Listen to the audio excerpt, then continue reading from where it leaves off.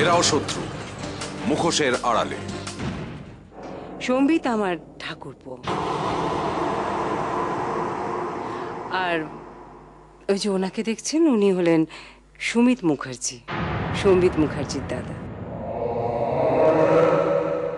আমার ঠাকুরপো এখানে পড়াতে এসেছিলেন। আসলে উনি বিবাহিত।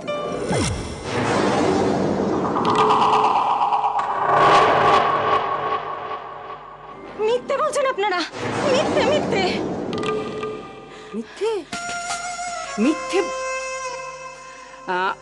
আপনি আপনার স্বামীর গলা চেনেন তো? নিশ্চয়ই চিনেন। দাঁড়ান, আমি এখনই আপনার স্বামীর সাথে আমি কথা বলিয়ে দিচ্ছি।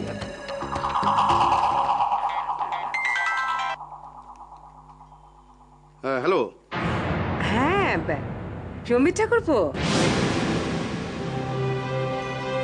সম্বিত ঠাকুরপো, বাবা সুমিত ঠাকুরপো বাড়িতে আছে? একবার একটু দেবে প্লিজ। না না, মেজদা তো বাড়িতে নেই, কোথাও বেরিয়েছে।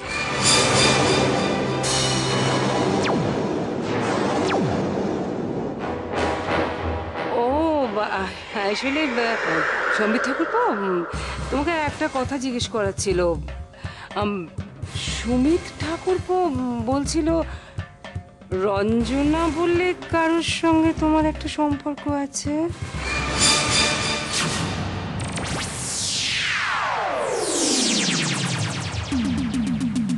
আরে ওসব গুজব বৌদি, তুমি একদম কান দিও না।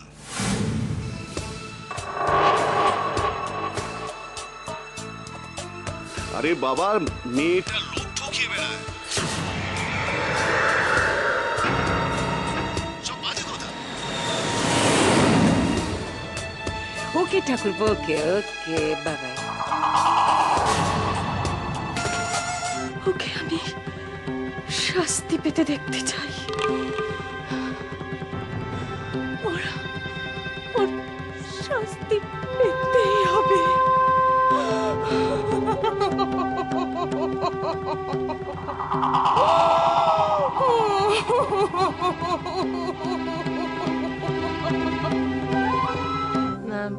বলছিলাম, তোমাকে একজন ফোন করেছিল, তোমার খোঁজ করছিল। কে ফোন করেছিল? রঞ্জনা নামে একজন মহিলা।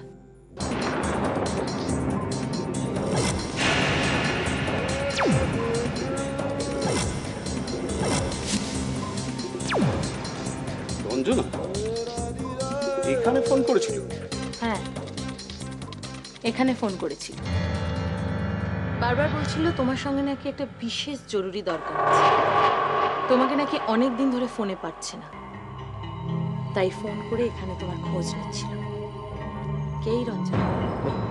কেউ না, কেউ না, আমি তো ঠিক চিনতে পারছি না। দেখো, হয়তো হবে কোনো স্টুডেন্টের মা, আমাকে প্রাইভেট টিউশনের জন্য হয়তো রিকোয়েস্ট করবে।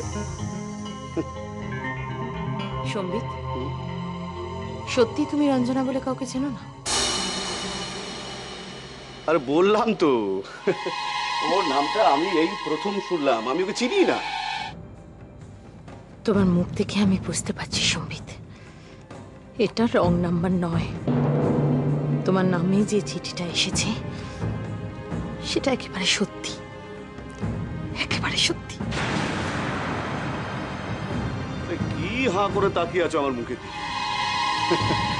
যাও, তুমি এক কাজ করো, তুমি বরং আমার জন্য একটা সুন্দর করে চা বানিয়ে নিয়ে এসো।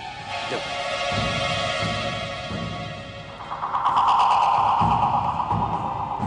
আরে বাবা, এখনো তো পুরো সিনেমাটা দেখায়নি, এ তো শুধু দেখলি ট্রেলার ট্রেলার। ওই সিনেমা শুরু হওয়ার আগে দেখায় না ছোট ছোট করে কি ছবি আসছে, তাতেই একেবারে খস্তাকে খস্তা লাভাতে লাভাতে আমার কাছে চলে এলি। সামলে যা বাবা, সামলে যা, যা চাইছি দিয়ে দে, সব ঠিক হয়ে যাবে।